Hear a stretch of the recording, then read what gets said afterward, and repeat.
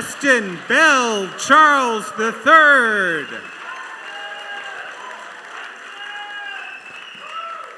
Good evening, my name is Dave. And I'm Marcellus. Thank you very much. Wait a minute, I'm Marcellus. Excellent, excellent. And this is True Theater. Yay! Thank you all for joining us as we continue our 15th season of building community through the sharing of true personal stories. Thank you, thank you. Any first-timers in the audience tonight? I mean, clap, yes. That's great. Wonderful. We're glad you're here, and you're in for a real treat. And I'm not just talking about the fact that it's my mother and father's anniversary, so happy anniversary, Mom and Dad. Happy anniversary, Mr. and Mrs. Harris. How many years? I'm not telling you that. Okay. We're also not talking about the fact that you have the opportunity to take your picture with Spider-Man. Ooh. Which some of you have already done out there in the bar area at the photo booth, and you'll have a chance to again at intermission. Right. It's free!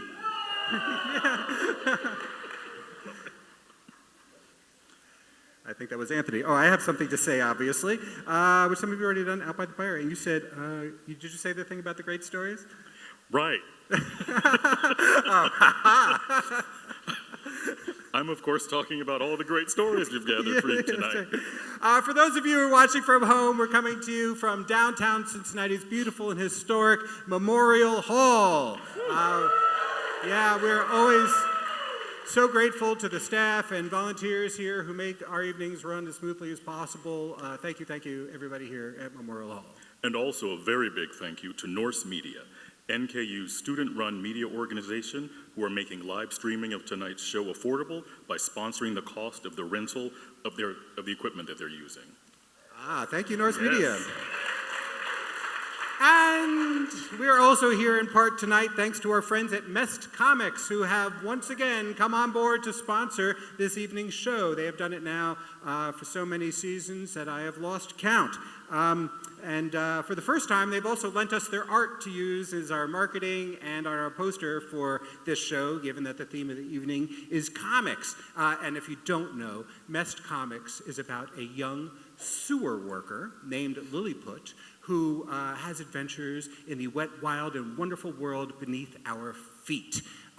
You can read more about it at mestcomics.com, and out on the t-shirt table, the creator and mind behind Mest Comics, Jay Kalagayan, has left some trading cards, which are for free, Anthony, if you want to go, there's like 3 different kinds there, and they have characters from the comic on there. So go check that out when you get a chance.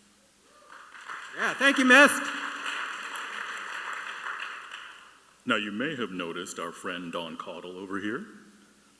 Well, thanks to Cincinnati State and their ASL interpreter program, our entire 15th season, and hopefully beyond, is going to be ASL interpreted.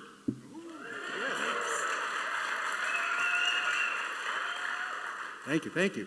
Oh, and we need to thank so many of you as well. At our last show, we announced our first ever serious attempt at a big fundraising campaign in which we set out to raise $4,000, and which you actually kicked butt with, and we exceeded. So grateful to you. The money we're raising is, of course, to help increase our reach through advertising, to increase the show-going experience here, and also to continue the free live stream that those of you watching from home are enjoying. And so far, we've done some advertising on CET, Channel 13. I'm a little afraid to ask, but did anybody see that ad?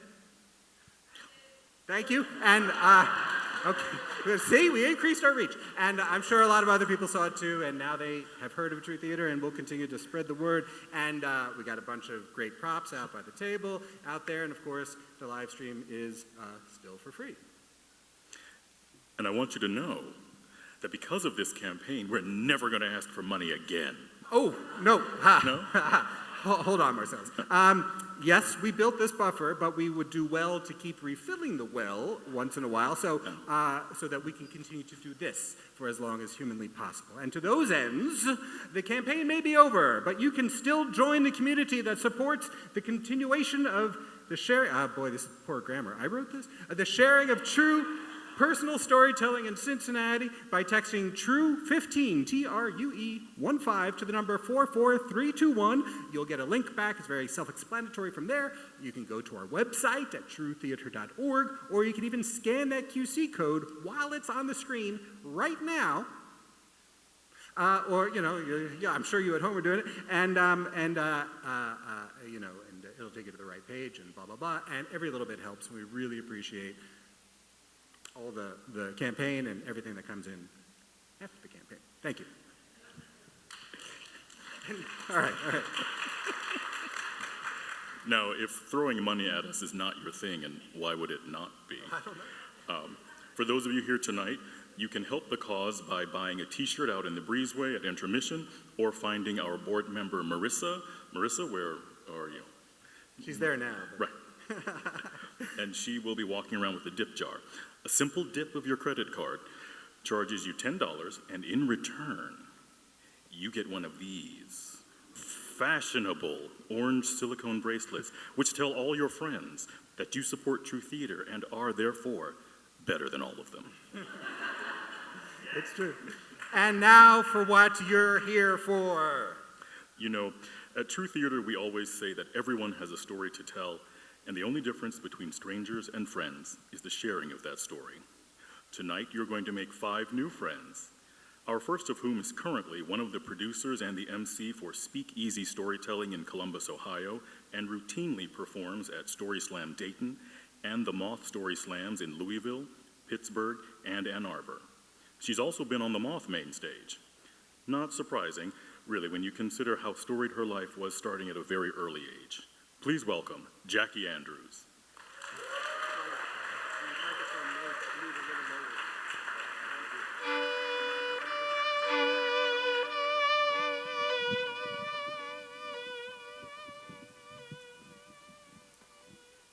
So if comic strips make us laugh at life, then I would bet you that my life would never look like a comic strip. I got pregnant between my sophomore and junior year of high school. And unlike most unwed mothers in the 1970s, I stayed in school. After high school, I went straight to college. I did that because my parents told me that I could do anything I wanted in life, I just had to figure out how to do it with a kid. But in that first couple weeks of college, I'm going to tell you it got real hard. Because I would go to school, and I would exchange babysitting with another student. And I had homework, and I had a job. And by the time I would come home at night, I was exhausted. And I would sit down on that couch, and I would turn on the TV, and I had nothing left. And I felt guilty because my daughter would toddle up, and she wanted to play, and I couldn't get up. And my little 18-year-old brain was trying to figure out what to do because I felt so bad. And I decided that if I gave the TV away for the first semester, that maybe I could get off that couch. And it worked.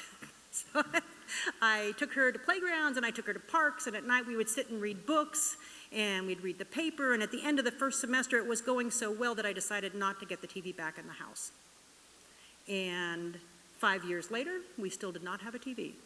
But I did have a degree in geography and education and art. And I was ready to be a teacher. And that's when I found out my parents were wrong. You could not be anything you wanted to be.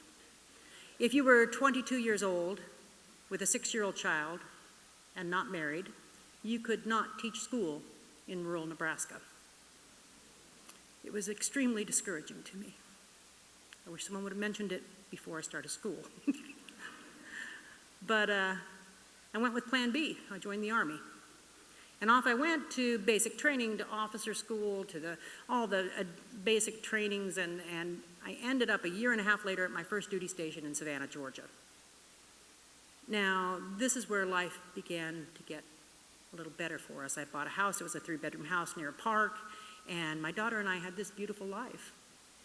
And on Sundays, we would go to church, and then after church, we would go to Denny's, where we would sit and read the Sunday paper. And back in the 1980s, the Sunday paper was thick. It was like 10, 12 pages long. And it was in full color, and you would unfold it, and it would take up the whole tabletop. And I had my favorite ones because by this point my life was beginning to relate to these comics. I liked Kathy. Kathy was this modern woman dealing with work, and she was dealing with love, and she was dealing with family, and I could relate to Kathy. And I liked Beetle Bailey because Beetle Bailey had this boisterous sarge that would bark orders, and then these privates would bumble around, and it looked a lot like work in the Army. But my daughter, well, she liked Marmaduke.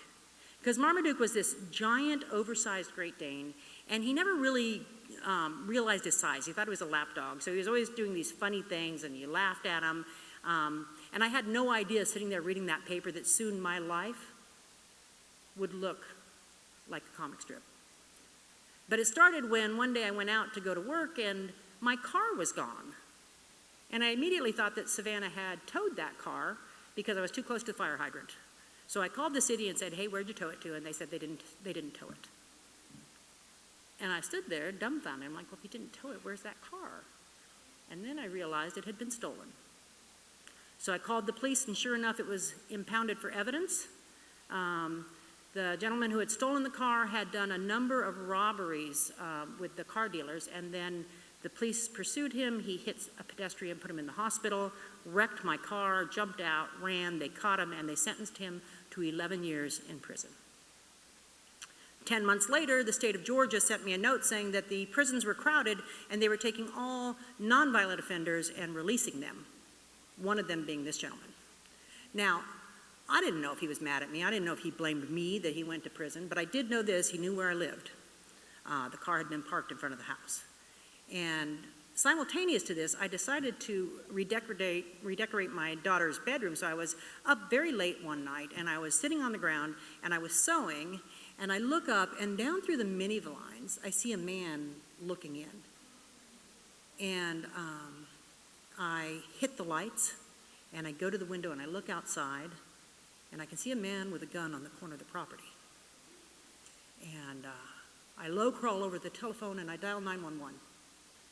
And lucky for me, there were cops at the convenience store at the end of the corner, and they caught the man coming through the alley. And they actually brought him to my house, and he was not 6 foot from me. And they said, is this the man you saw? And I said, yeah, that's him. And they said, well, he didn't have a weapon when we got him, and he didn't do anything criminal on your property, so we're going to release him. Now, I didn't know if this was the same man that was getting out of prison. I'd never seen that man.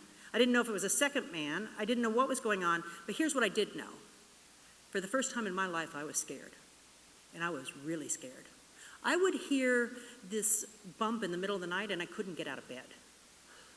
And I remember going to my friends and saying, you know, I'm really scared at night. And they said, Jackie, you're going to need to get a gun. And I told them, I can't get a gun. I am so scared that if my daughter comes to the door, I'm afraid I'm going to shoot her. And they said, well, you're going to have to get a dog then. And I said, I cannot get a mean dog because I've got kids coming in and out of the house all the time. And they said, you don't have to get a mean dog if you get a really big dog. And now I was on a mission. So I went down, you know, this is before the internet. I went down to the library and I picked out all the regional newspapers. And I started looking for the big dogs and writing down the telephone numbers. And I went home and I began calling them, asking them how big was the dam and how big was the sire. And I was looking for a big dog. And I found some Great Dane down in Jacksonville, Florida. And they were 12 of them down there. So my daughter and I jumped in the car. We went to Jacksonville, Florida. And these puppies were enormous. At 8 weeks, they came to my knee, okay? And there were 12 of them. And so we're standing out in the yard, and we're looking at these puppies bouncing around the yard, and I just happened to ask the woman that was there, are these all the puppies? And she said, no. The big one is really lazy. He just lays around and eats. And I said, can I see that one? And they came out with a dog that dwarfed those other puppies. And I knew I had found my dog. We put him in the car, and before we got back to Savannah, my daughter had named that dog Macho. And Macho was a living, breathing Marmaduke comic, okay? I knew that when I saw this puppy, not teething on little chew toys like other dogs, No, this dog laid on our concrete porch and would chew on the concrete, okay? This little dog, you know, we used to dock their ears back then, and I remember I went and I docked those ears, and they put on this big plastic Elizabethan collar that went around. And he had these huge paws that were way outside of his body. And when he would walk, he would kind of lope, much like Marmaduke in the comics, you know. And he was loping with this lampshade on, and it evoked everyone going by to say something about my lampshade, okay? Where'd you get that lampshade? What's that walking lampshade, you know? And that dog kept growing and growing. And by the time he finished growing, his ears came to my armpit. And, you know, people still yelled, but now they would yell, "Do you have a saddle for that thing?" Okay? And he actually became the largest dog that most people in the city of Savannah would ever see in their lifetime. And he still, as big as he was, didn't realize he wasn't a puppy. So, you know, he would do things like the first time he had the rain, we went to the front door and opened the door to let him outside, and he's like, "Nope." And he was big enough at 160 pounds that you could not make that dog go outside. So I shut the door, and he went through the house to the back door to see if it was raining in the backyard. You know. And he was very playful, always very playful. So we would go down to Forsyth Park, and I would put my hands over his eyes. And my daughter would go out, and she would hide behind one of the trees. And then we would take the hands away, and I'd say, "Go get her." And the dog had no sense of smell or there were no hunting instincts with this dog. So he would go out and he'd go around every tree, further and further around, looking for that girl. And at a certain point, he got far enough out that my daughter could think that she could get to me first, and she would come running it toward me, and then she would get behind me to protect her. And Macho would spot her and turn and come at a dead run, and we'd both be screaming and trying to dodge this enormous dog just bolting at us, you know. And he would play with this little toy in the house. It was my daughter's toy, actually. It was called a popple. And what it was is it looked a lot like a teddy bear. It had a head and some ears and then little arms and legs, but the whole thing would roll up into this furry ball. And our popple was pink, you know. And we would hide that popple in the house. And then we'd let Macho out, and Macho would go look for that popple. And when he found it, he would throw it up and down and up and down, and then he would try to tempt us to play with it, right? So he'd bring it over to us, and if you didn't play with it, he would pretend like it was so heavy that he couldn't hold it. He would just drop it. And then he would go down real low, and his tail would be up real high, and he would be waiting. But if you even made a move, he'd grab it again and throw it up in the air, and he was wonderful. And as playful and wonderful as he was also wonderful for us, because I was no longer scared. If I thought I heard something in the backyard, I opened the door and I said, "Go find her." And he would go out and go around every tree, okay? And when I came home to an empty house, I knew nobody was fool enough to be in that house with that dog. His bark was just boisterous, you know? And he wasn't just physical protection, he was emotional protection. Because I was in the Army and Desert Storm broke out. And I had to send my daughter back to Nebraska to live with my mother and father. But she took Macho with her. And he saw her through that war. And when I was at war, my mother wrote me a letter. And, you know, she could never remember the name of the popple, so she would always call it Macho's pink thing. And she wrote me a letter about Macho playing with his pink thing that was almost pornographic. And being a soldier, I realized this, and I called all the soldiers into the tent. And I began to read this letter.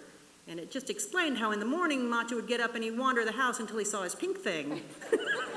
And he would get so excited that he would toss it up and down until the head came out.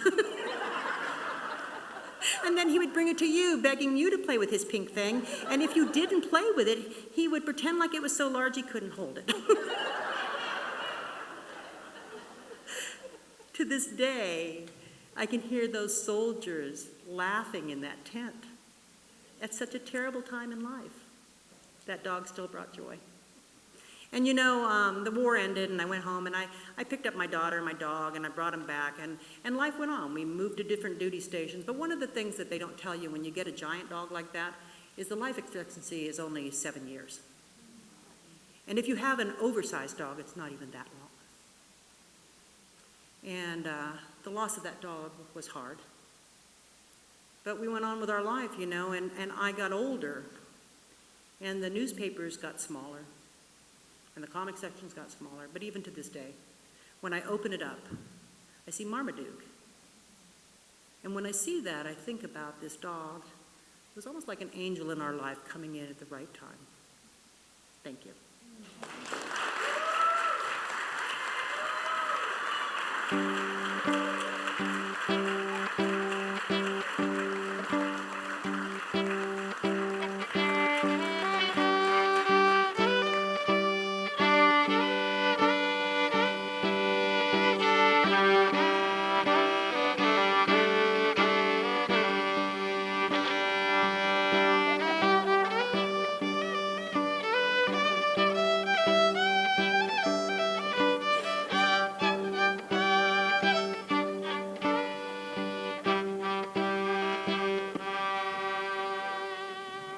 One more time for Jackie.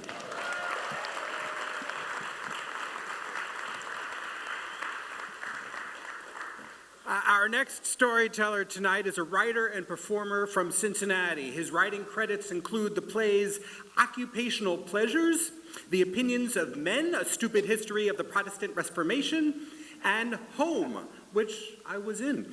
As an actor, he has appeared at shows at the No Theater and at the Falcon Theater, in addition to his own Fringe Festival productions. He co-created the comic Hell is Empty with Rory Sheridan, and his graphic novel, The Day the Cat Got Shot, can be purchased directly from him tonight if you hurry. Not convinced you want it? Well, wait until you hear about the blood, sweat, and tears it took him to create it. Give it up for Ben Dudley.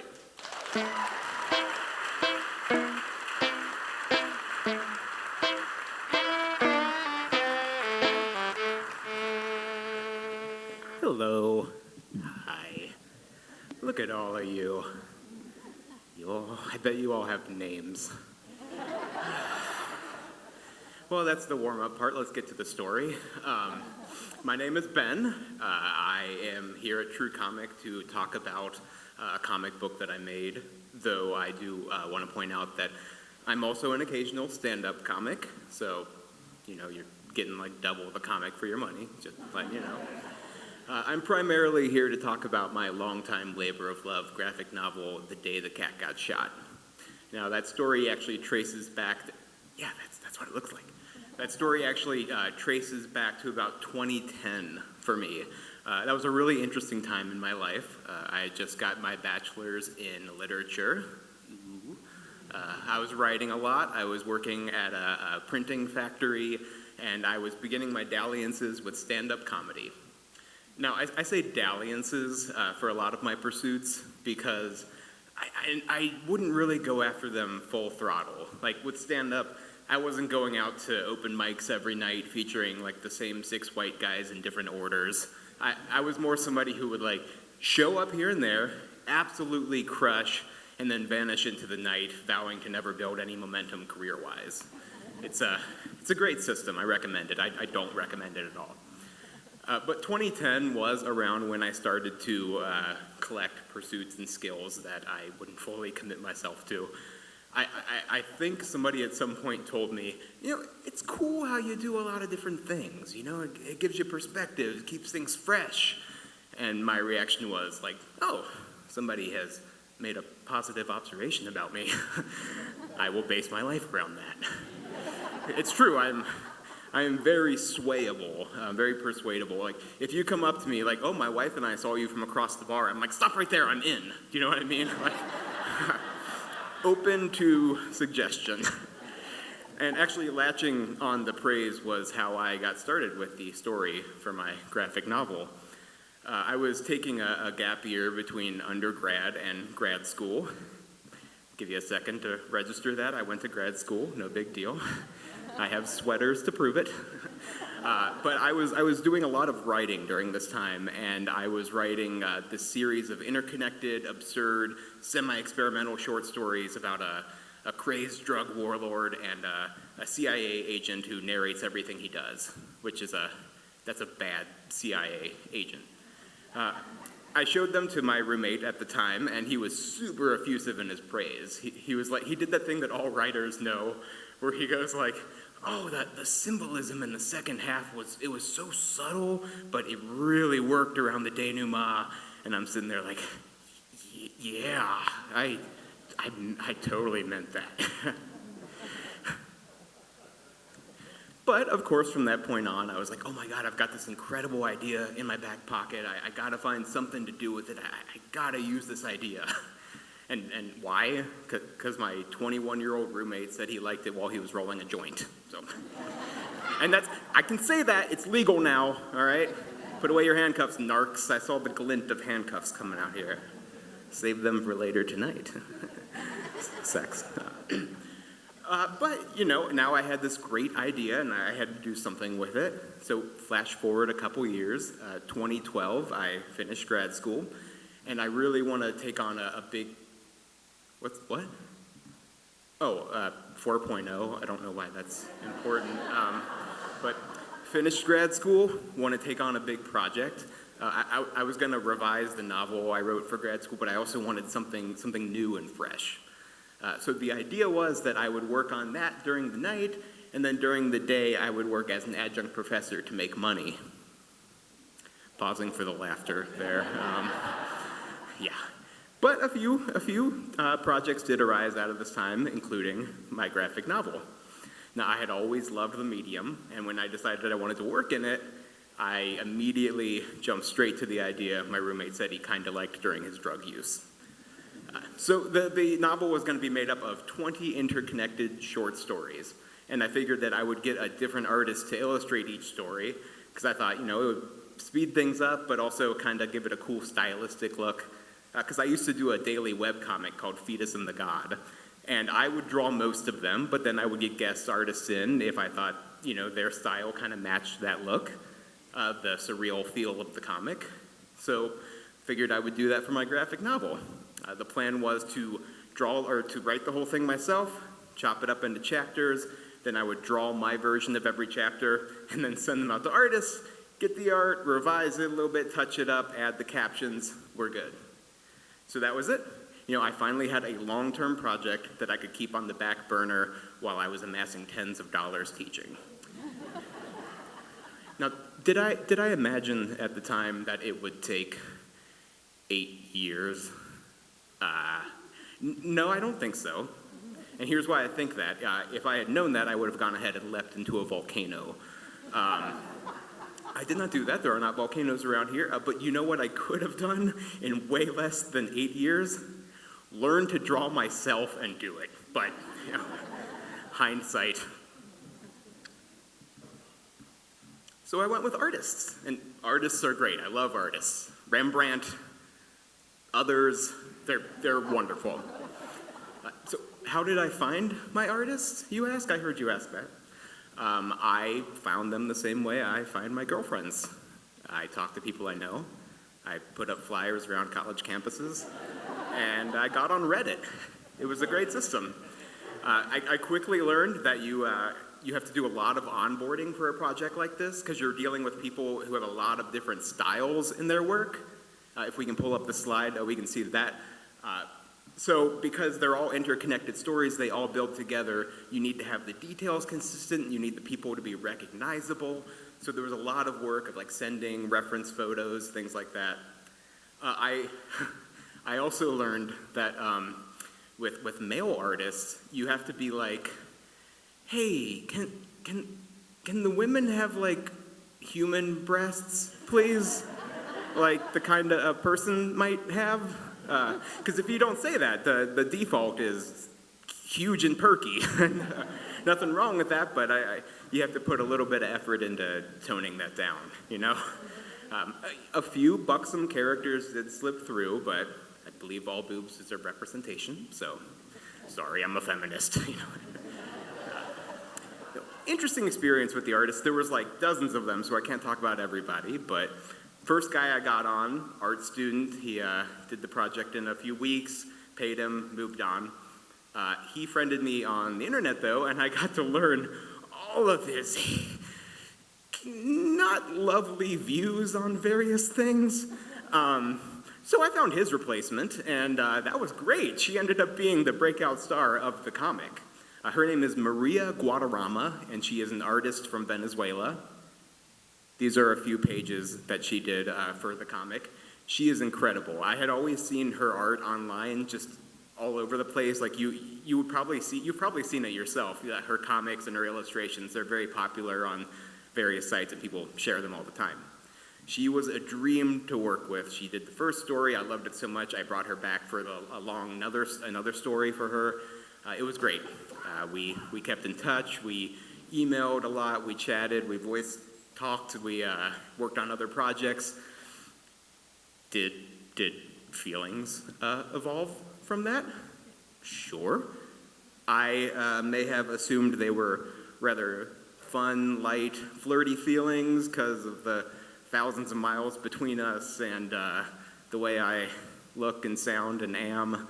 But no, she was actually pretty substantially interested, which I didn't know until I started seeing somebody, and we got in a little bit of a spat, and we're cool now. And the only reason I point this out is that it led to a really interesting situation where she let me know that during that time period where she was upset with me, some of her comics were about me.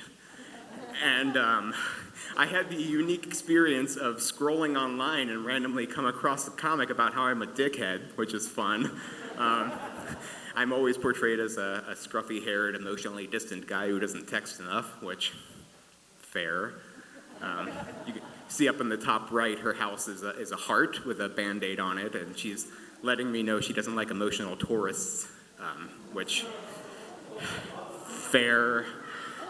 We're cool now. It's great. Did I learn a lesson?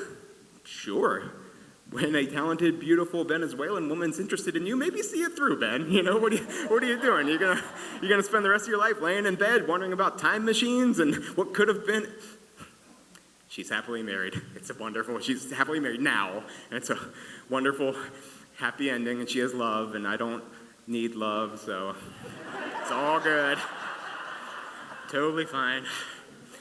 But yeah, so I worked with a lot of artists. That's just one or two there.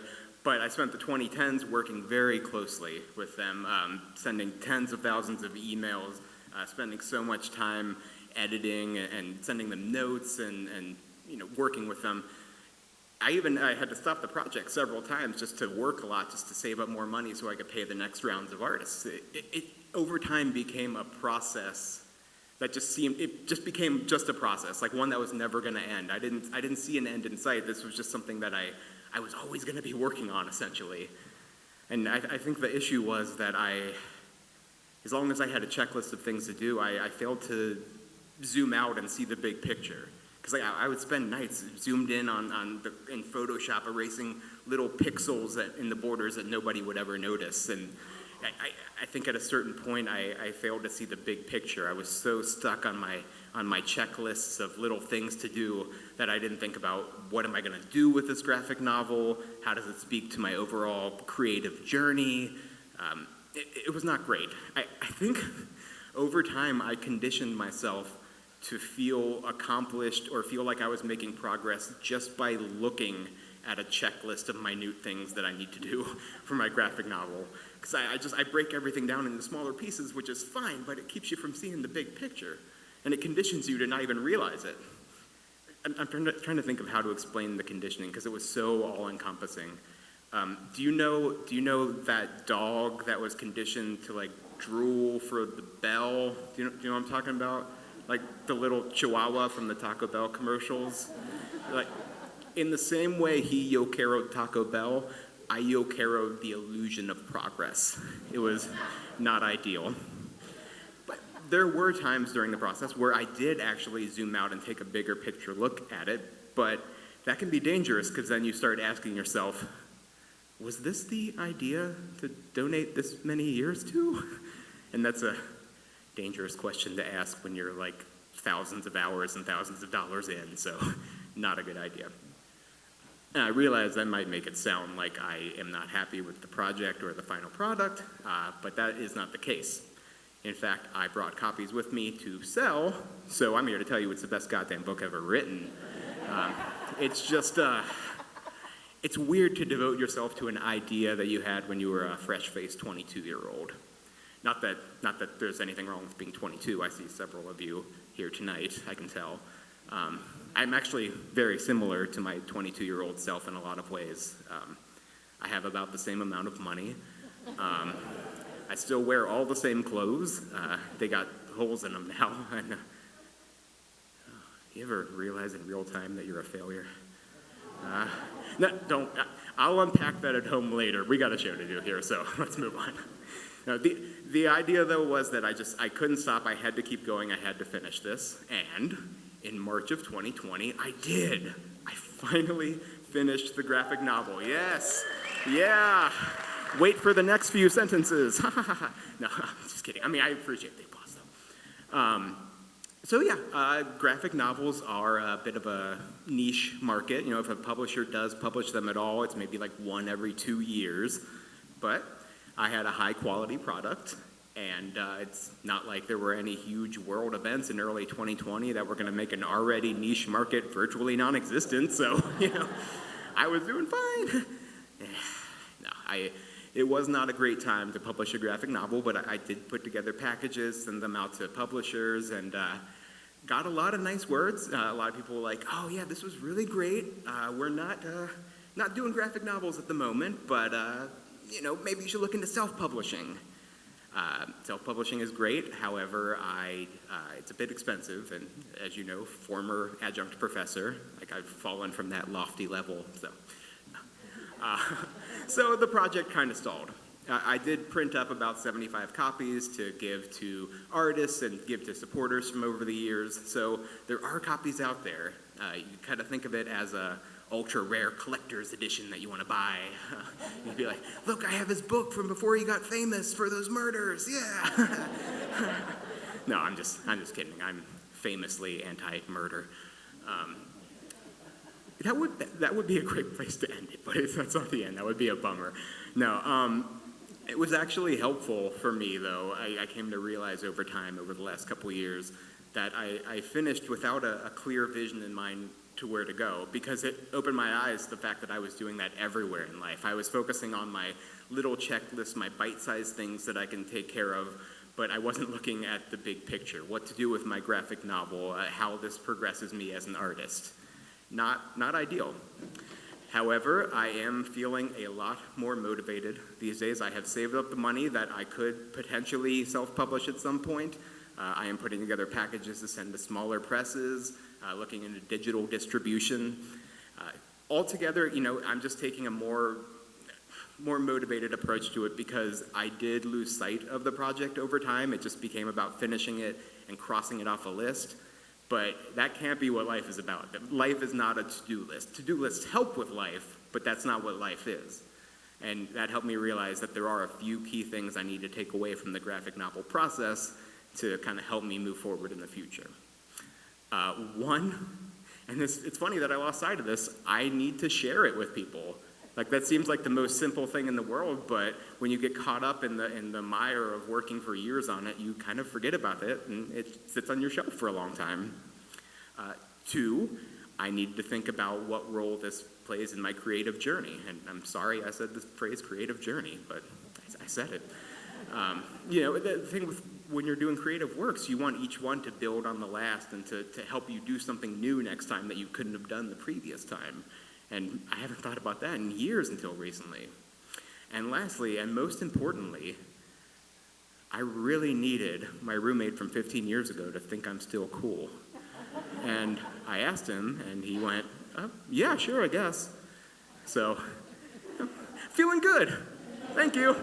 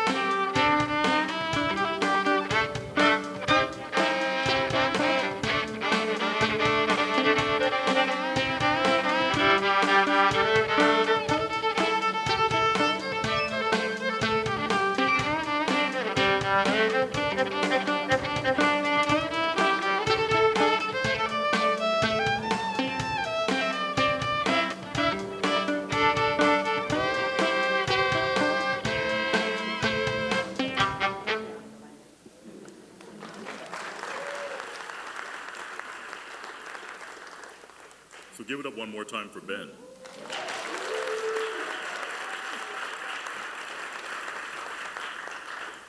So there's one more storyteller before intermission, but first, in addition to buying t-shirts or making our dip jar go ka-ching, or visiting the Mest Comics table, Spider-Man will be back if you want to take a photo with him at the photo booth during intermission.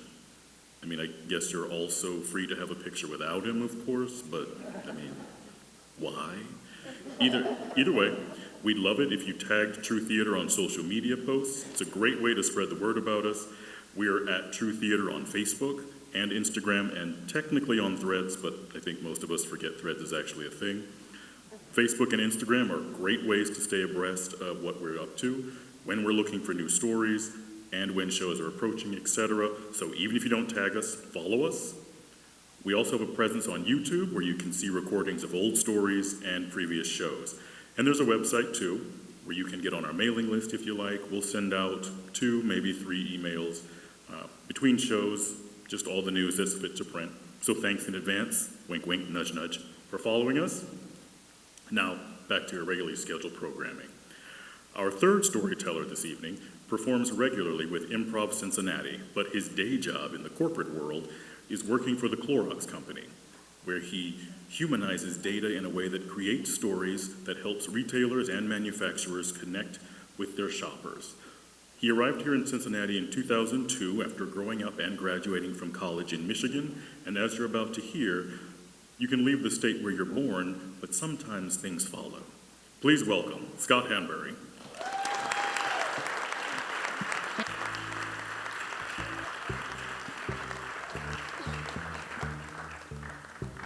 I'm not that tall. How you guys doing?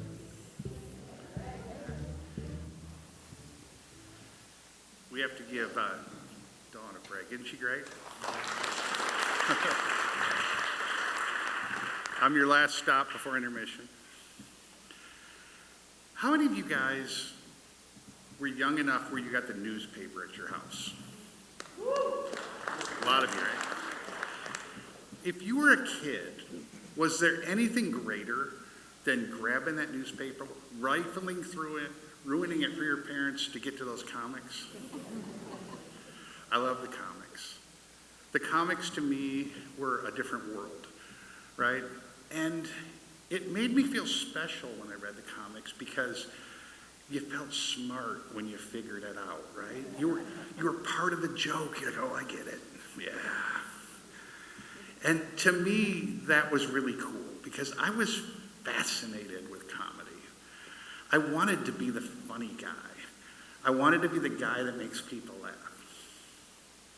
And there's a difference, right, between the class clown and the class comedian. Do you guys know what it is? The class clown runs across the football field naked. The class comedian talked him into it. And that's the guy I wanted to be. Which brings me to the early years of high school. And the best way I can describe my high school experience to you is, who saw the movie Napoleon Dynamite? Okay, if you don't know who Napoleon, I'll just tell you. He's this awkward, strange kid with big hair and kind of funny teeth, and he's just into his own stuff, and he really doesn't fit in, right? He's not the guy everyone's like happy to see. And I felt like that was me. I lived in my own world. I could just think of these funny things, and I had these things in my head, and I would try to say something funny, but the people couldn't see what was in my head, so I was just kind of an odd guy. And being the odd guy with some self-awareness is probably worse than being Napoleon, because Napoleon was okay with who he was. I wasn't. I said I just wanted to be someone else. I wanted to be accepted. I wanted to be the guy that everyone was excited to see. But it really wasn't probably in the cards for me, but I did the best I could and got through it, like most of us, right? Well, one day I was walking in the Cherryland Mall in Traverse City, Michigan, where I'm from. And, you know, Michigan people, you know, do I have to do that? And I saw comic strips, like a comic setup, in front of a Walden bookstore. And I went over to see what was going on, and it was Ziggy. You guys know who Ziggy is? He's a little short, bald guy with a big nose and kind of a loser kind of guy, you would think. But he's a good guy. And Ziggy was the caption contest. It was a caption contest. So you had to come up with something funny, and you would just drop it in the box. So right away, being the comic guy I was and wanting to be funny, my wheels were spinning, and I looked at the picture, and it's little bald Ziggy with the big nose looking up like this at the information booth, which was a staple, right? You remember those. But the guy in the information booth looked just like Ziggy. And he had one hair coming off like this. So my caption was, "Who cuts your hair?" Folded it up, dropped it in the box, went on my way. Lo and behold, I won.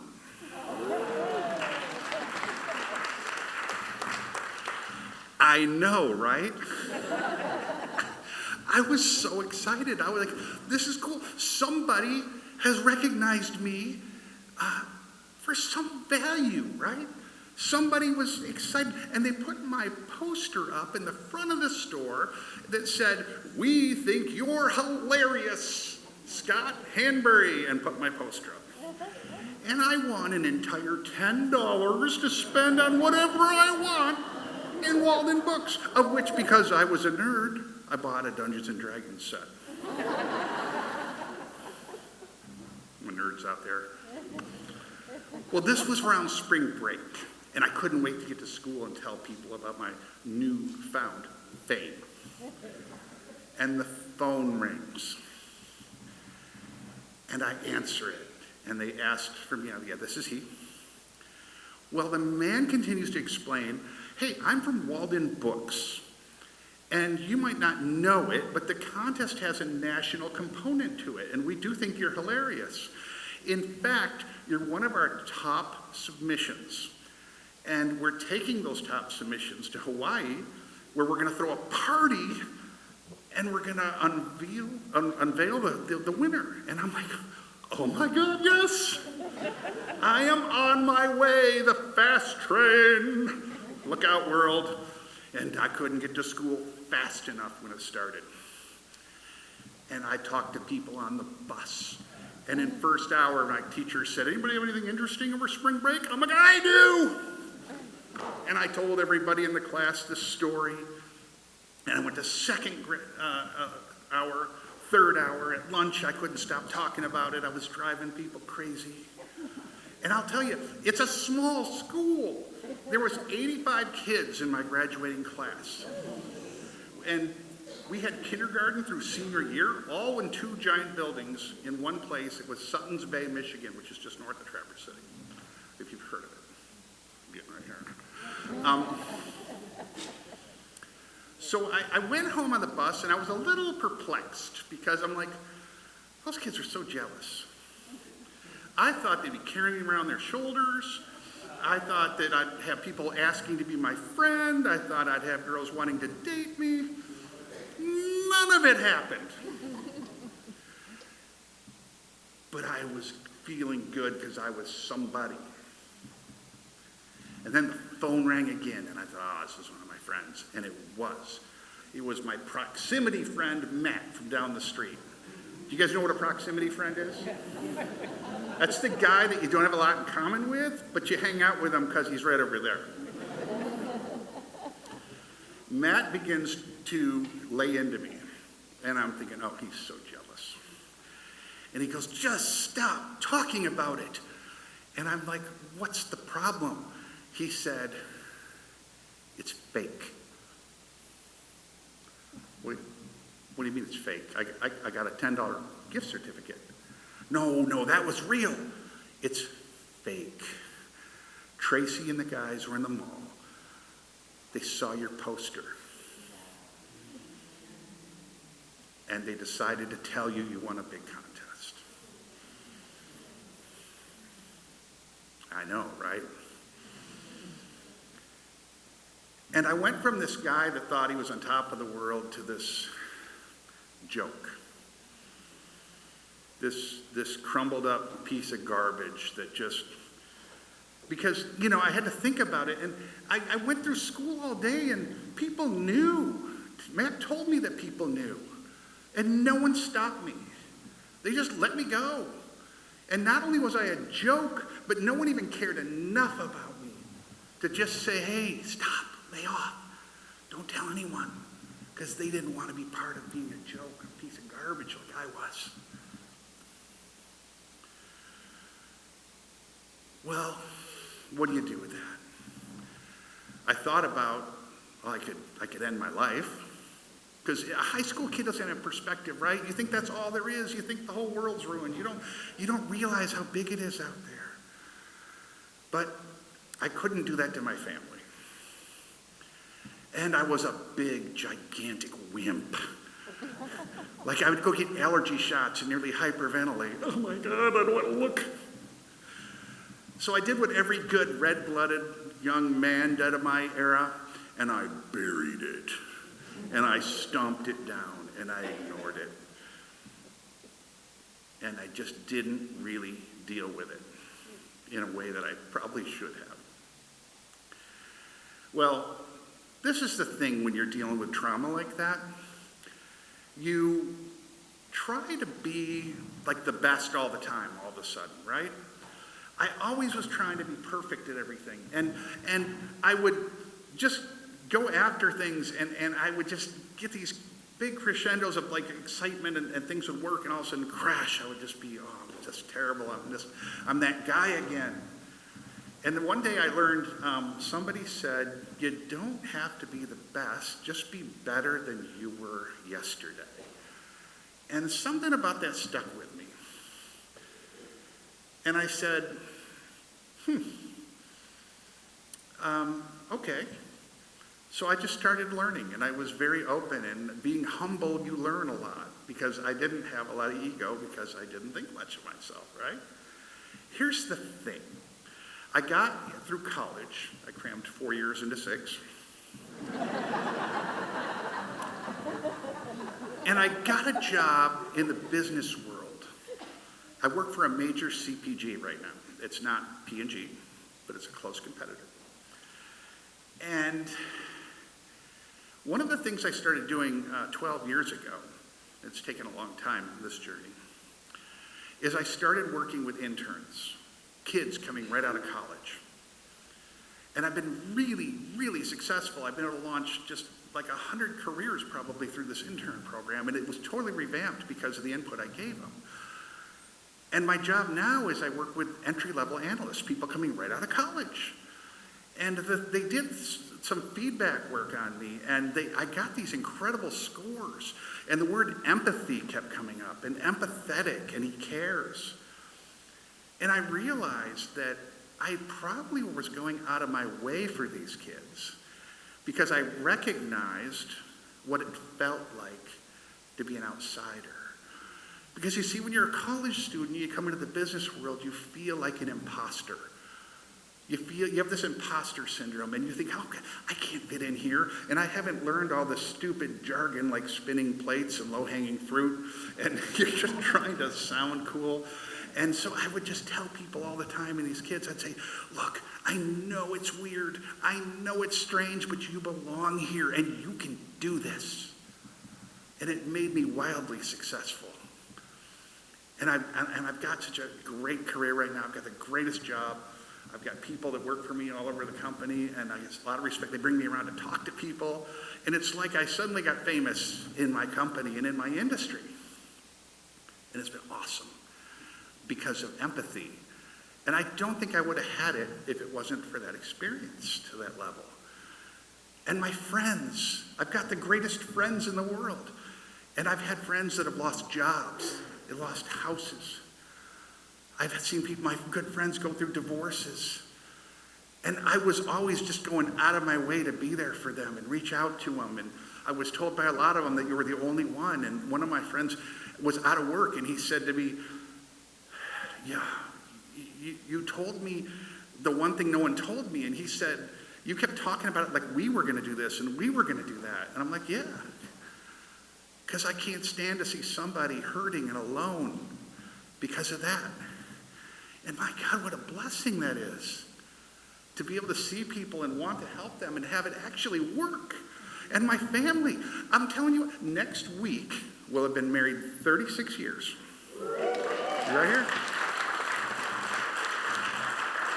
I've got this amazing, intelligent, funny, empathetic son who's here, who I love dearly. My daughter is this incredibly brave firefighter for the Westchester Fire Department. She's watching online. She's working tonight. And I realized that as much trauma as this was, it made me who I am, and how could I ever regret it? And I think it's not so much about what happens to you in life. I've heard this before, you've heard it, but what you do with it, right? And I think I did some decent stuff. But I'll tell you what, there's more to the story. You're all thinking bad things about this prank phone call. And everybody wants to have a villain, right? Well, they do. I know. But I've got a spoiler for you. There's no villain. Tracy was this guy that I knew, and he was the one that made the call, I always thought. And I had a mutual friend. He's completely off the grid. He's not on Facebook. He's not on LinkedIn. And so I had a mutual friend. I said, what's going on with Tracy? Have you talked to him? And he gave me his phone number. He's been successful. He's got a kid in high school right now. He lives in New York.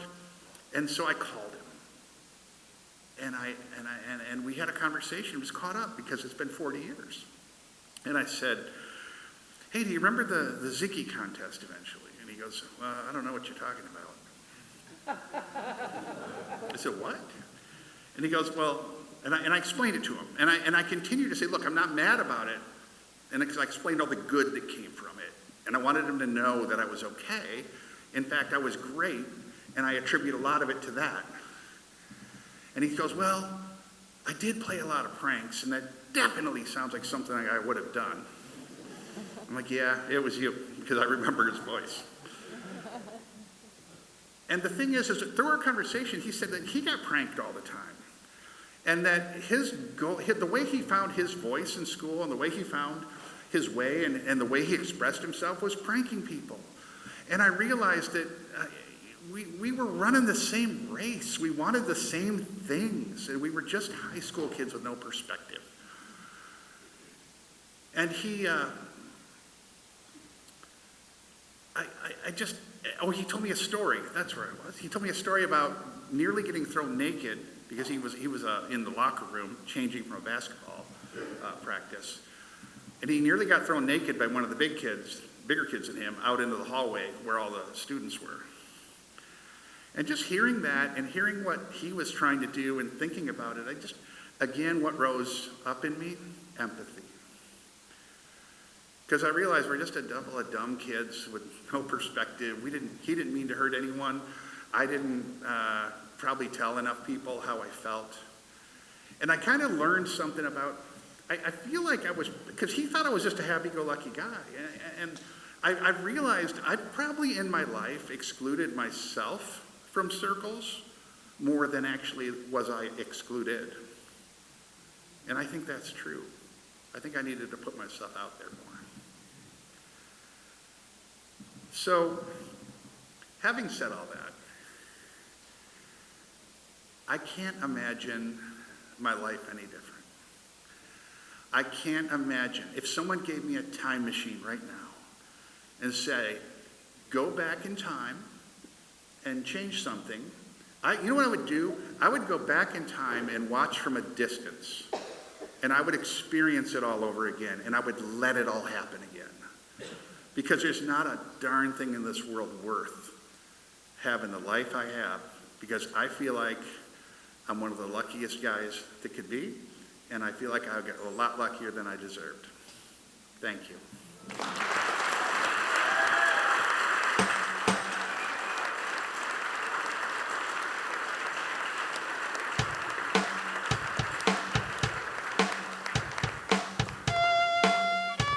Keep it going for Scott. Hey folks, we're going to take a 15-minute intermission, give you a chance to buy your t-shirts, get your photo taken with Spider-Man. We're going to leave some donation information up here just in case you want to review that. And we'll be back in part 2 with 2 more great stories. Thanks.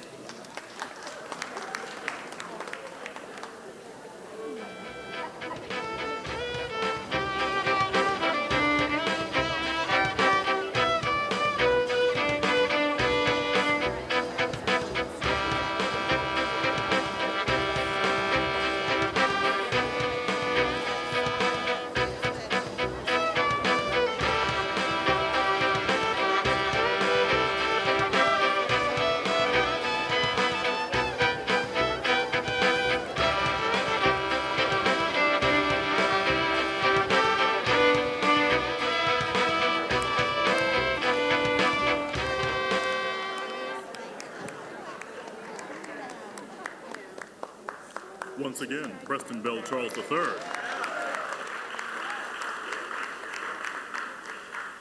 Now, you really should know a little bit more about this great man.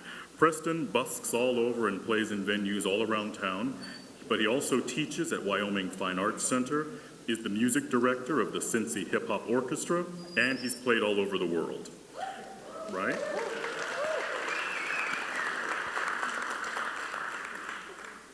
He's also the proud father of 2 daughters and a son. No clapping for that? All right,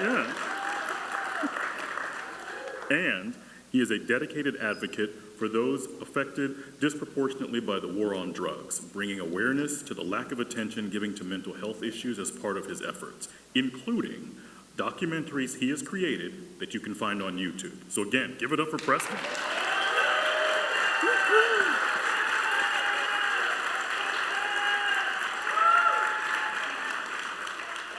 If you've been sitting out there tonight and thinking to yourself, this looks like something that I would like to do, you should know that we are still looking for storytellers for our final 2 shows of the season. On April 24th, we'll be bringing you True Magic, and on July 25th, True Signs. So if you think you've got a story that might fit one of those themes, don't worry if you're sure it does, just send it to our way. You can go to our website, to the Share Your Story page.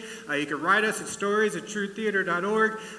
Find a way to get us your story, and if you know somebody, and we all know that person who loves to tell stories that you think should be up here on this stage, send them our way. Tell them about our website. Tell them they need to submit a story. We love referrals. But David, that is not the only way people can submit their stories for True Magic. It's not? So, no. For our next show, we're bringing back Pitch Night. Pitch Night? What's that? Yeah, we're just going to pretend he didn't write this script. So, let me tell you all about it. Please. It's an open mic style event where people can share shorter versions of their stories that they would like for us to consider including in True Magic. That sounds like a lot of fun. Who can come to this Pitch Night? I'm glad you asked. Everyone. People with stories or people who just want to come listen and watch. Amazing. And this is for you, Anthony. How much does it cost to be there? Nothing. Nothing? A free evening of open mic storytelling entertainment? What are the details? Once again, I'm glad you asked. Through my connections, I've secured the Undertone Lounge, which is the ground floor of the Mellowtone Beer Project, now housed inside the former Taft Ale House. Ooh, they just opened last November. I've been inside there. It's very beautiful. Is it handicap accessible? And will the bar be open to buy drinks? And will food be available for purchase from the kitchen? Yes, and I'm pretty sure about the food, so yes. Nice. Yes. And Dawn, will you or perhaps some of your students be there to interpret?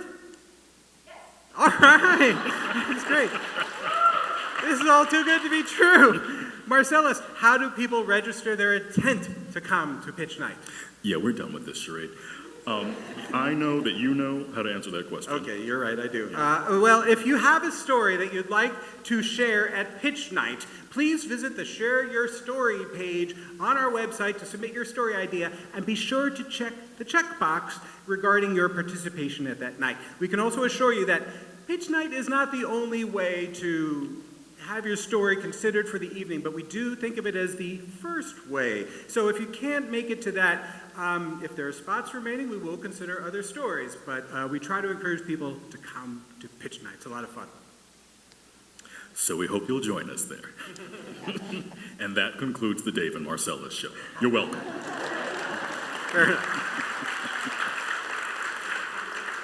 Our next storyteller tonight is a freelance editorial cartoonist and illustrator, a Cincinnati native and massive nerd. These are his words.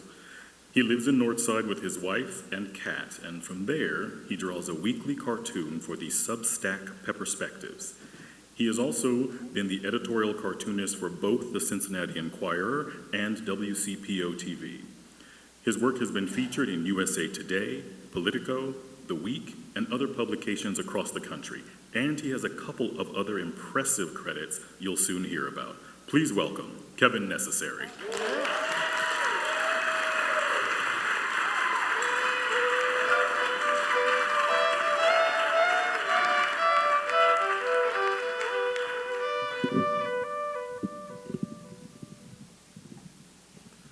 God, everyone who's been up here has just been much taller than me. By the way, you all missed the dance party with Dawn in the back before intermission ended. It was great. I mean, it's not just her hands that are moving. I mean, her whole body was moving. It was fantastic to watch.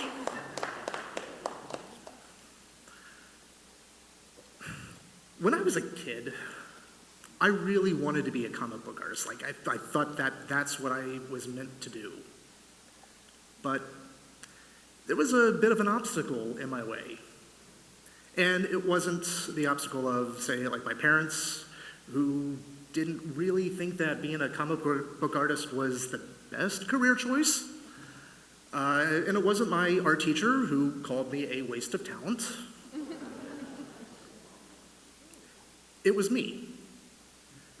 I was the obstacle because I was not drawing comics. I would still draw like superheroes. I love drawing superheroes. They were fun. But comics, like, with all the panels and the multiple characters and the backgrounds and the props and the angles and the perspective and the costumes and all of that, that was just way too much for me. I would look at a page and I wouldn't even know how an artist could get started. It would just break my brain, and every time that I tried to do it, I would get so overwhelmed. I would just get so frustrated with myself, I would give up.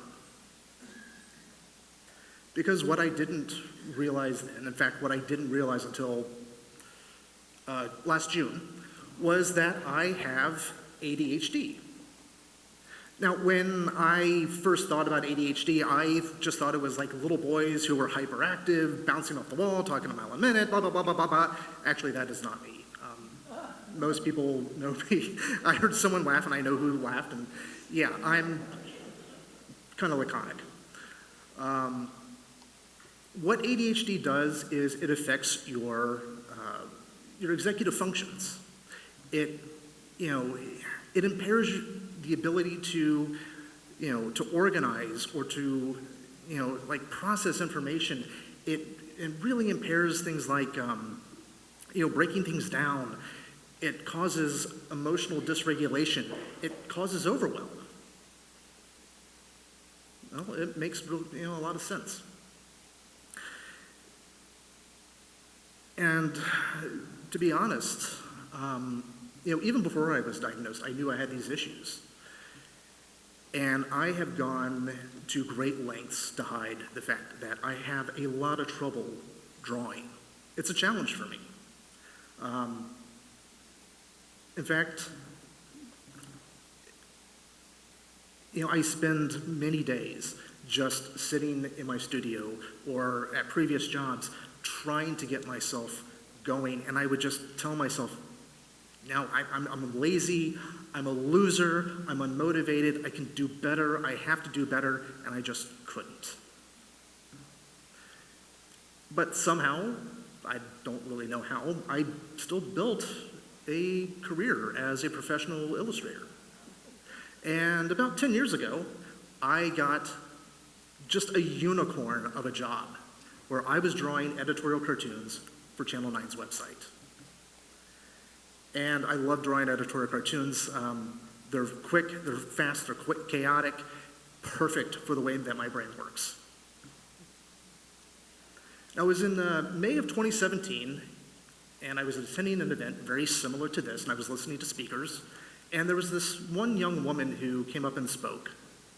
And she spoke about her experience as the daughter of an undocumented woman living here in Cincinnati.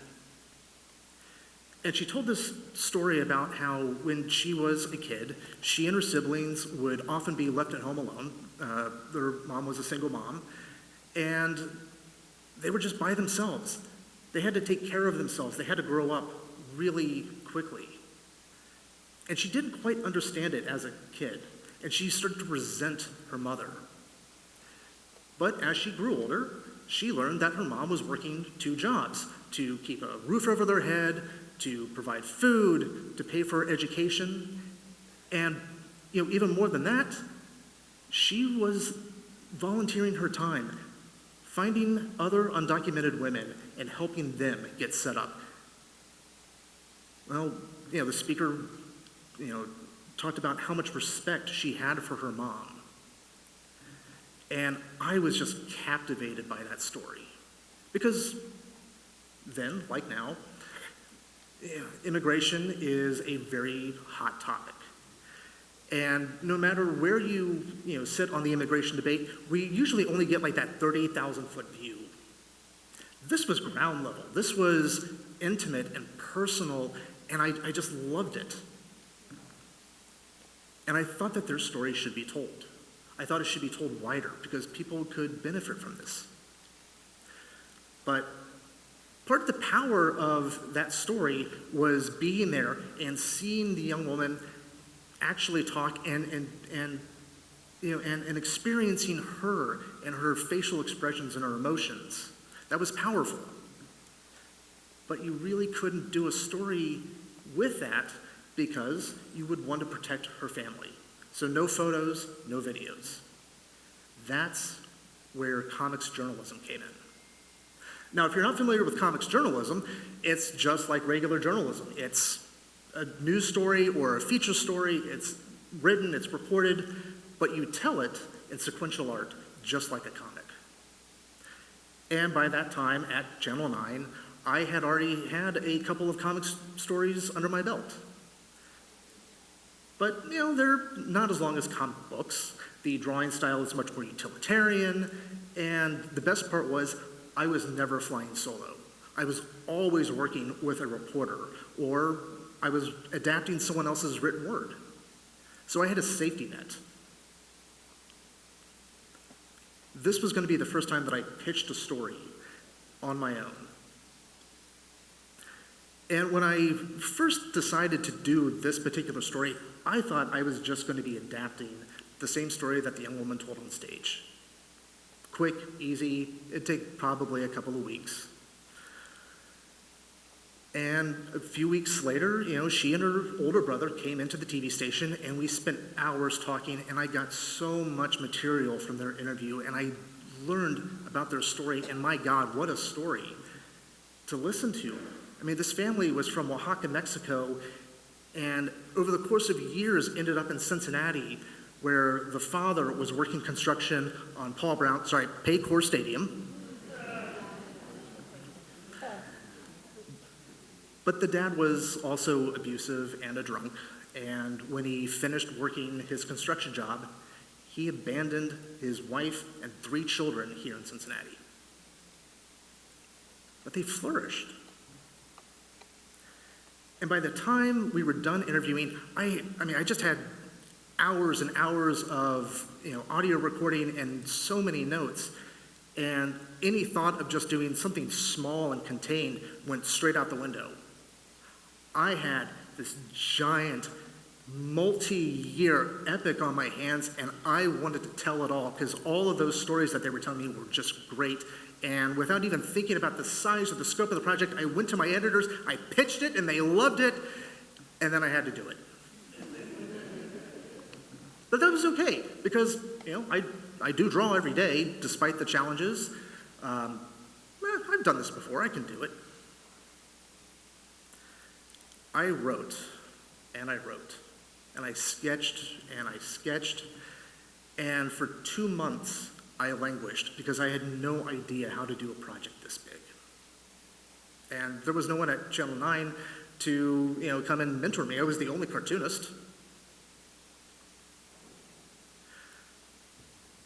By the time I had hammered out an outline, it had been 2 months.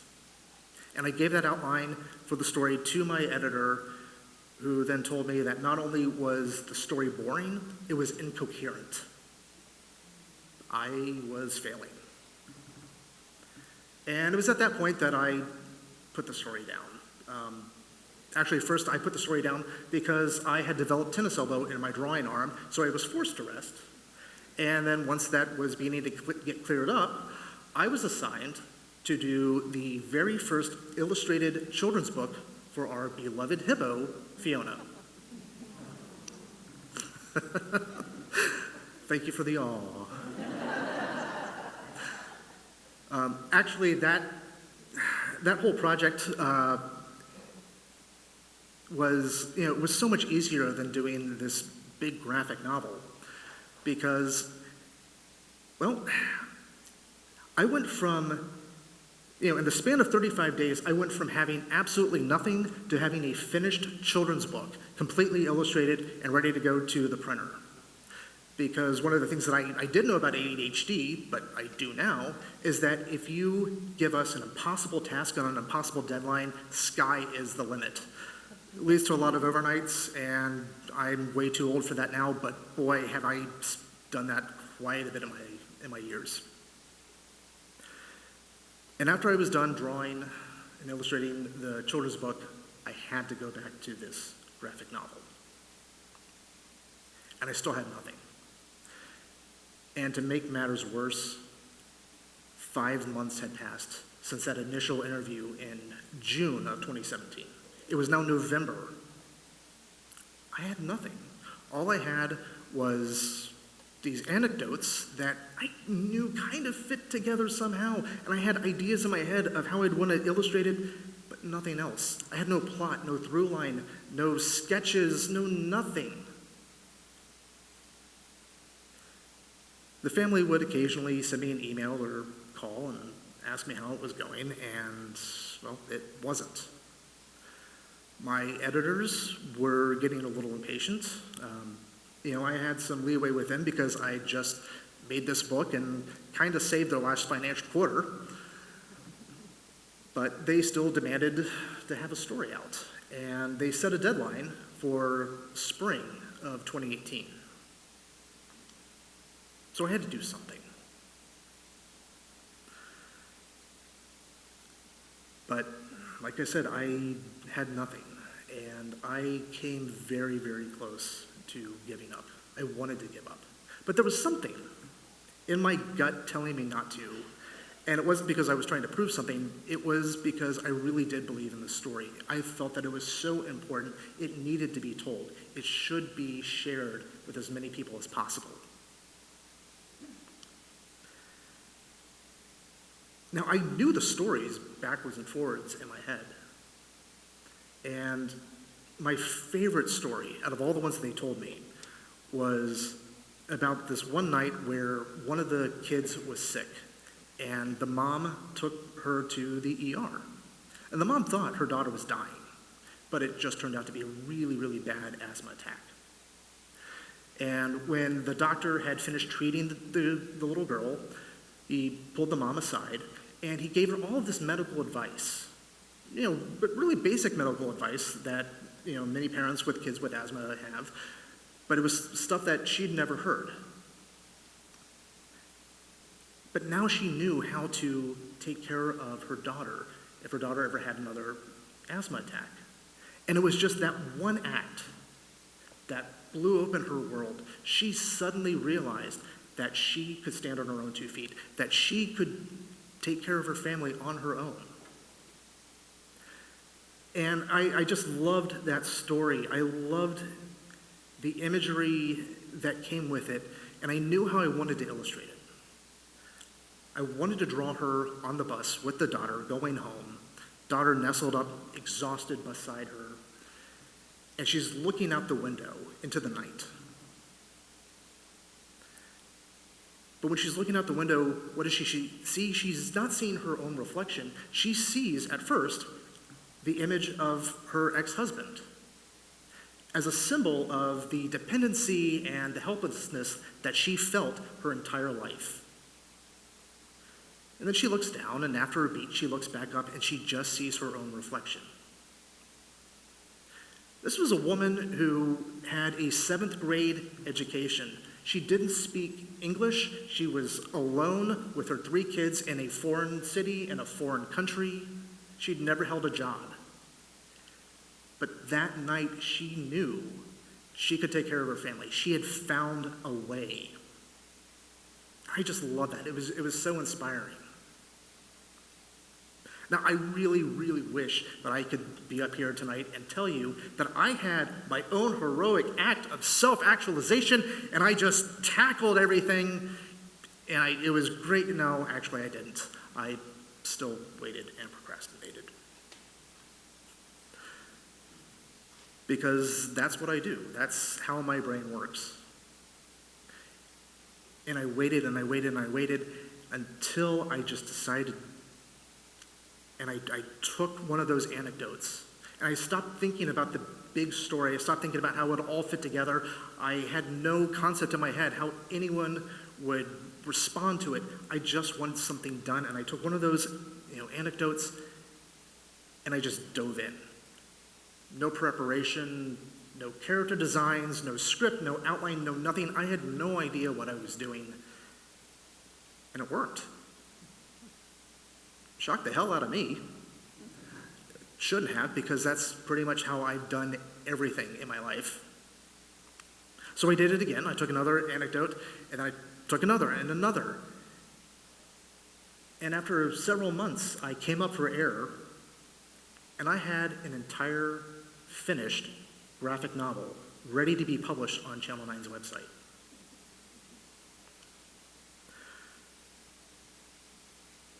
I remember sitting at my desk and drawing that last panel. I felt no sense of relief. I felt no sense of accomplishment. I felt no sense of anticipation that anyone would even enjoy or read the comic. It was just done. I didn't know how to process that. Now, spoiler alert, the comic was very well received. I got a lot of praise, even won an award or 2 or 5.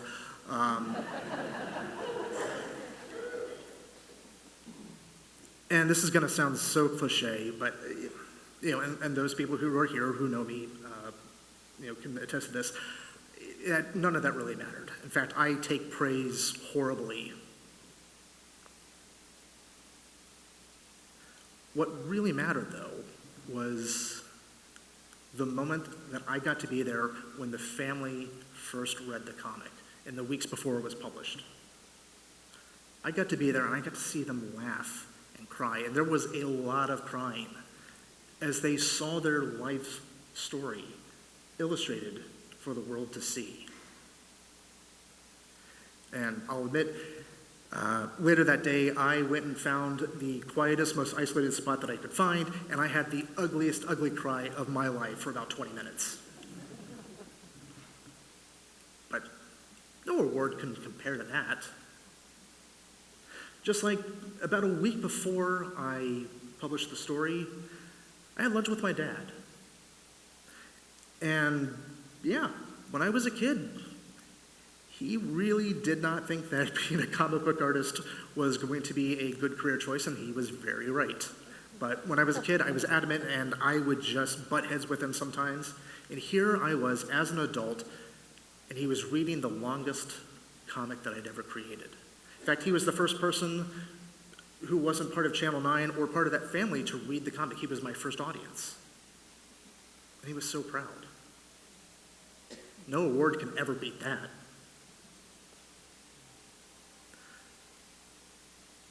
But the thing that really does stick with me, the thing that really does matter, is that I created this touchstone piece for myself. It's a reminder that I can still do hard things, no matter how much my brain sabotages me.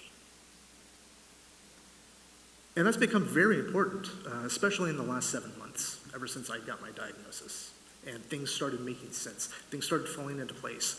And I've been on this journey of rediscovery because I'm discovering myself for the very first time. I'm figuring out how I work, how I operate. And very slowly, I am beginning to accept myself. Very slowly, I am beginning to forgive myself. Maybe I'm not the lazy loser I thought I was. I mean, I could still be pretty lazy sometimes. But I'm also having honest conversations with myself, like, well, with all these struggles, is this actually the line of work that I should be in? But regardless, I created this comic. And I've made many things before, and I've made many things since that I've been proud of. But this one stands out because it was a story that was worthy of being told.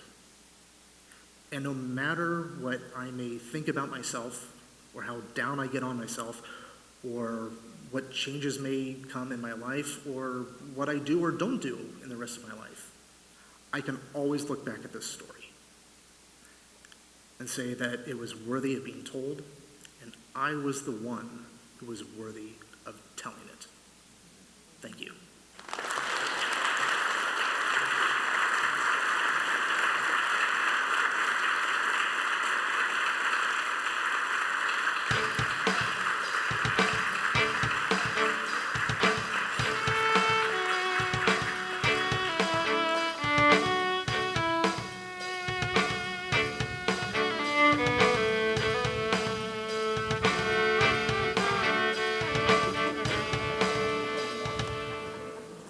One more time for Kevin.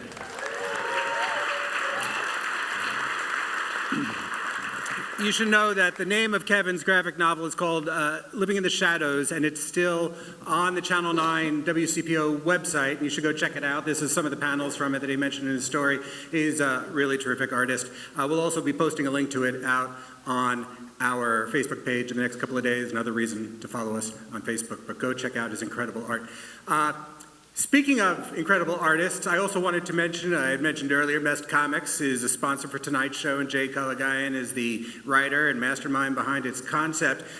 This artwork that we have on our poster is by his artist, Dylan Spieg, and I have the comics around my house. I see them more than I read them. Sorry, Jay. But I'm always looking at this artwork, and I love it, so shout out to Dylan Spieg. Huge. Also, it's not my parents' anniversary tonight like it is Marcellus's, but I did hear that my mother-in-law is watching tonight, so hey, Mom, thanks for tuning in. And then finally, look, last April, I was in a play, and I shamelessly plugged it here from the stage, and so now our intrepid production manager, Annette Ucci, who, if you've been here before, you know is the grease that keeps the gears that is this show running smoothly whenever we are in production. Well, she signed on to stage manage a show and is now wearing like 50 hats there while working on this at the same time because, of course, she's a superwoman, and it's only fair that I shamelessly plug her show too, and it will be great because it's written by a television writer named Zena Camblin and stars such Cincinnati acting luminaries as Kevin Crowley, Carol Brammer, Justin McCombs, Caitlin McWethy, Darnell Benjamin, and Patrick Phillips, all of whom I mention because all of them have told stories at True Theater before, so I'm definitely going to go check it out. It's at the Liberty Exhibition Hall, which is rapidly becoming a great place to see great theater in town, and it opens tomorrow night. Annette, what the hell are you doing here? And it runs through February 8th, and you can look it up at the Liberty Exhibition Hall's website, or look for Clifton Players, and or go follow that QC code that's on the screen, and we'll post something about it on our Facebook page there too. All right, shameless plug over. Our final storyteller tonight. He's spent the millennium as a mountain climber, a lion tamer, a raconteur, a songwriter, a homeopathic drug test subject, a yak milk tea aficionado, a would-be totem carver, a lemur's playmate, an internet-ordained minister, and a devourer of worlds. All of which makes him wonder how he was fortunate enough to earn a doctorate in counselor education and supervision from a highly respected university like the College of William and Mary. These days, when he's not working as an associate professor of counseling, human services, and addictions at Northern Kentucky University, he writes books, ponders the widespread fascination with social media, and longs for the nirvana that is a steaming cup of yak milk tea. Tonight, you may have met him and think of him as Spider-Man, but his real identity is Christopher Lawrence.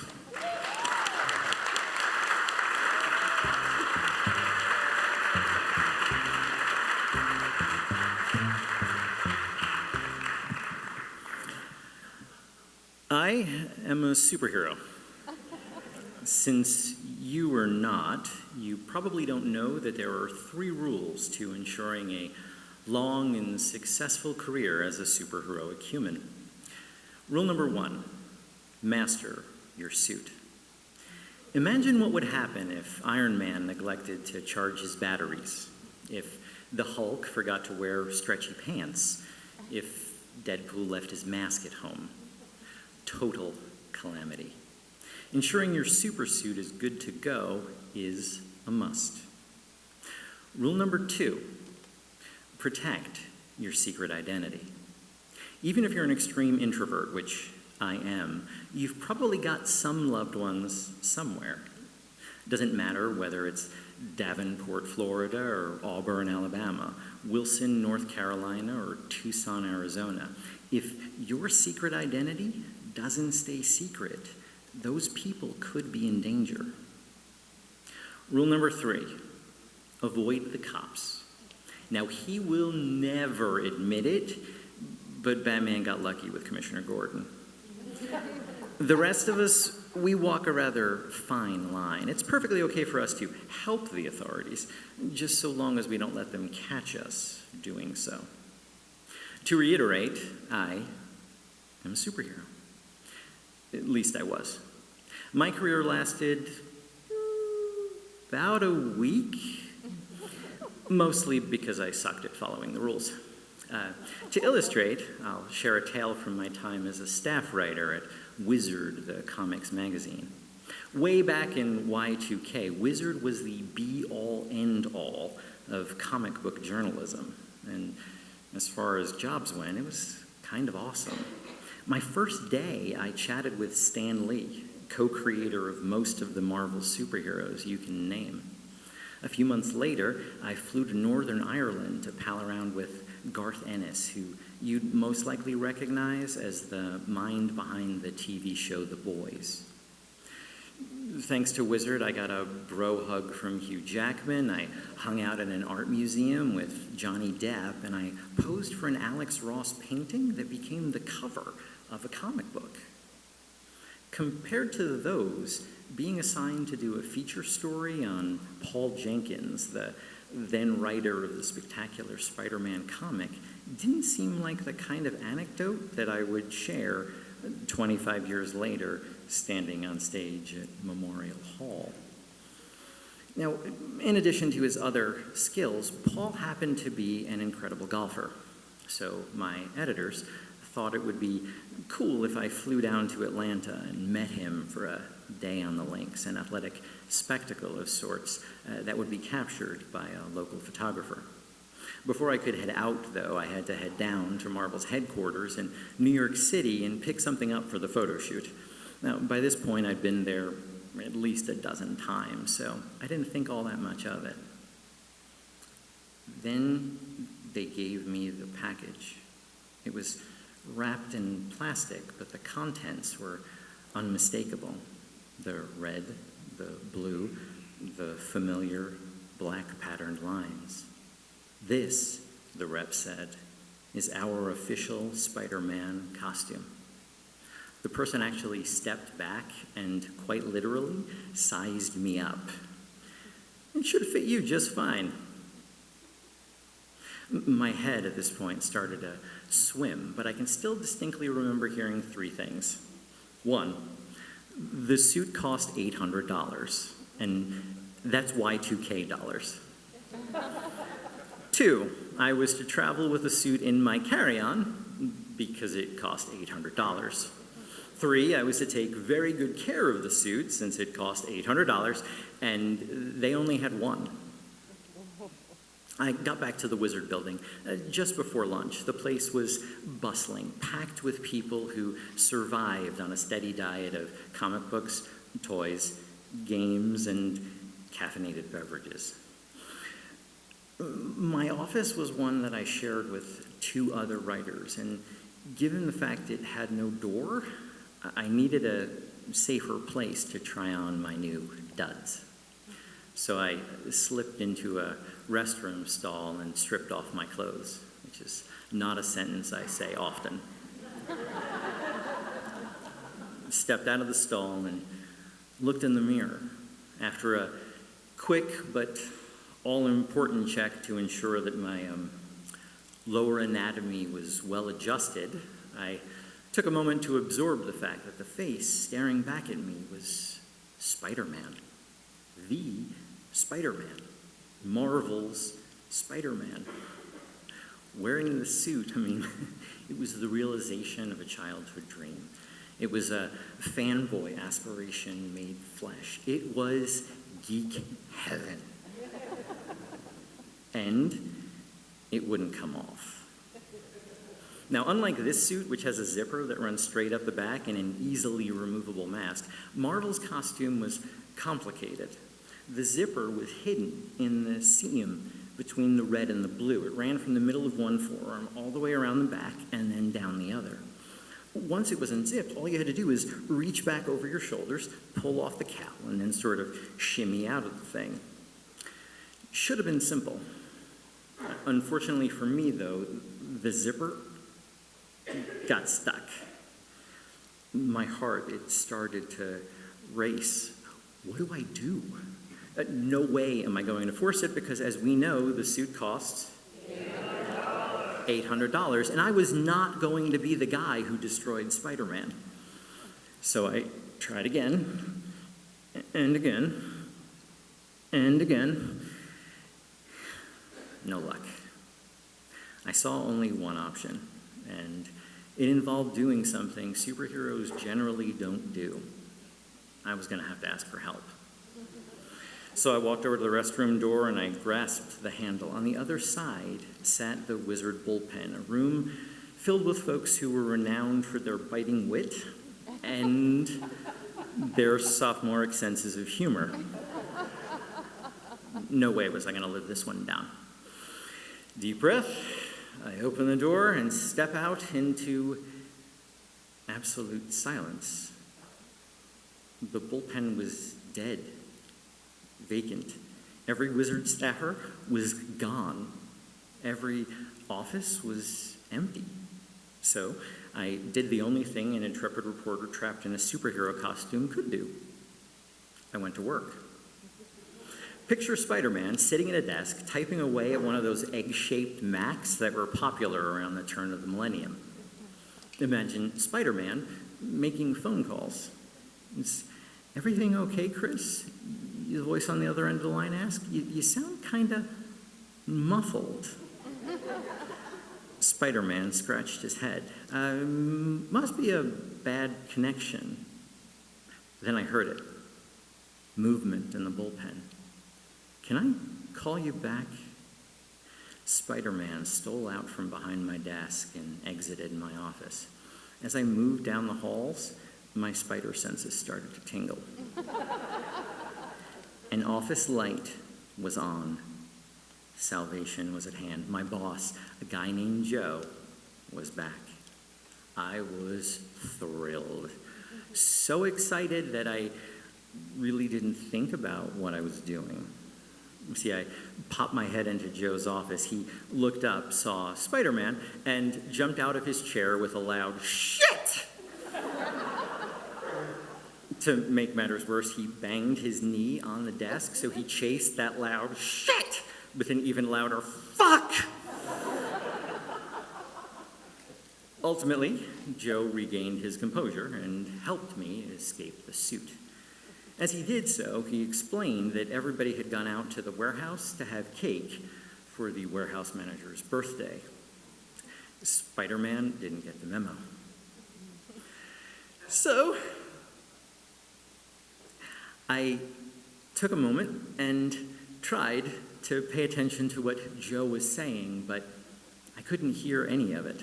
I was too busy beating myself up over the fact that when it comes to rule number 1, I didn't do a very good job. Mastering your supersuit, it isn't easy. A few days later, I was set to depart for Atlanta. My flight was scheduled to leave at 6 a.m., so I arrived at Newark International Airport fully prepared to face off with the TSA at 4:30. I say fully prepared to face off because in those pre-9/11 days, airport security consisted of running your carry-on through an X-ray machine and walking through an old-fashioned metal detector.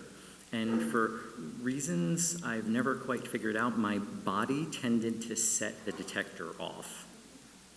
So in a replay of my wizard restroom exodus, I stepped up to the metal detector, took a deep breath, and stepped through. Again, to absolute silence. No alarms, no beeps, just quiet. I was relieved. I started to put my hands to my eyes to begin what would have been the stretch to end all stretches when the TSA officer said, "Sir, I'm going to need to go through your bag." "Sure," I yawned. "Do whatever you need to." Oh my God. My head snapped to the TSA agent who had Spider-Man's face in her hands. What is... She couldn't even bring herself to finish the question. I could see the wheels turning. She was shocked and desperate to understand this discovery. She looked down at Spider-Man's face and up to mine, down and back, down and back. She looked to her left. She looked to her right. There were no witnesses. Suddenly, her face changed. It got hard, determined. Here it comes, I thought. She carefully put Spider-Man's face back in the bag, covered it with a piece of paper for some reason, then zipped the bag tight. Motioning me forward, she leaned over the conveyor belt and, lips to my ear, whispered, "Your secret is safe with me."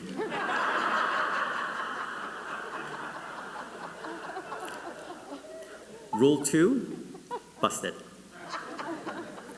The next day, while walking along the public links, Paul was giddy enough over my TSA story to mostly ignore how bad I am at golf. Somewhere along the back nine, the photographer arrived, and Paul, hoping, no doubt, for a chance to participate in some hijinks, smiled. "Time to suit up, Chris." If you've never been on a golf course, they're not exactly overflowing with places to change into a costume. So in what remains my proudest superhero achievement, I ducked behind some hedges, I tucked my clothes into the crook of a tree branch, and I emerged as Spider-Man, precisely as the young woman driving the refreshment cart was rolling by. She stopped. I waved. She screamed. Then she floored it. So much for your friendly neighborhood Spider-Man. I made my way back to Paul. Told him what had just happened, and he laughed. And I mean, he laughed. His laughter, it echoed down the fairway until it was drowned out by the sirens. Apparently, the refreshment vendor called the sheriff, who dispatched a pair of cars to the scene. You see, my editors thought the photographer was going to clear the chute with the golf course, whereas the photographer thought my editors were going to take care of things. Thankfully, the deputies had zero interest in taking down a masked vigilante.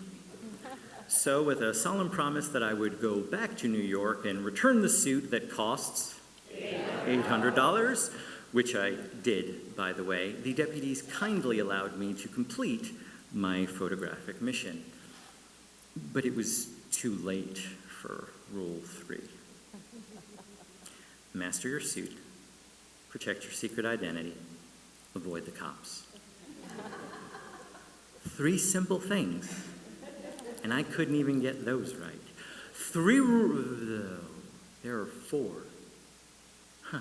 Forgot. There are actually 4 rules. Superhero Rule 4, stay out of the spotlight. I should probably go. Do me a favor, forget that I was ever here. Good night.